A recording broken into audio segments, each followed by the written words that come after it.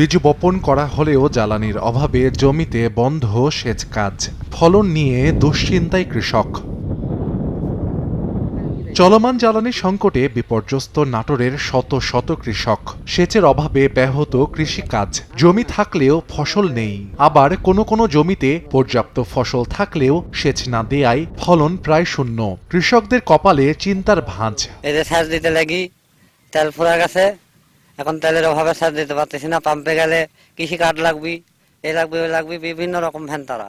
প্রতিদিনই জ্বালানি তেল নিতে পরিবহন চালকদের পাশাপাশি লাইনে দাঁড়ান কৃষকরা। তাদের অভিযোগ, চাহিদা অনুযায়ী মিলছে না তেল।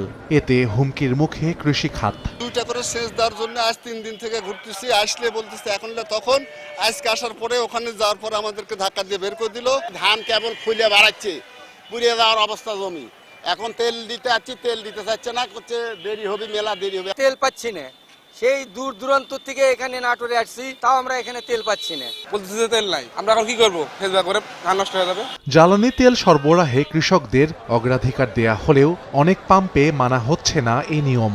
ডেকে বলে দিছি আপনারা একটু পাশে দাঁড়ান, আমরা ব্যবস্থা করতেছি। আসলে এখানে লোকের সংকটের কারণে আপনার ডিজেলগুলো ডিস্ট্রিবিউশন করতে একটু সমস্যা হয়েছে। গ্রামগঞ্জে ডিলার আছে, ডিস্ট্রিবিউটার আছে, তাদের কাছে তেল পাচ্ছে না, না কারণ আমরা জানতে পারছি না। এজন্য সরকারের কাছে আমাদের অনুরোধ, আপনারা এটা তদন্ত করেন, এই তেল কোথায় যাচ্ছে, কে নিচ্ছে, আমাদের কাছে যারা তেল নিচ্ছে তারা কোথায় নিয়ে যাচ্ছে তেলগুলা। কৃষি বিভাগ জানায়, জেলায় বৈদ্যুতিক সেচ পাম্পের পাশাপাশি ২৯,২০০ ডিজেল চালিত পাম্পের মাধ্যমে জমিতে সেচ দেন কৃষকরা। সময় সংবাদ, নাটোর।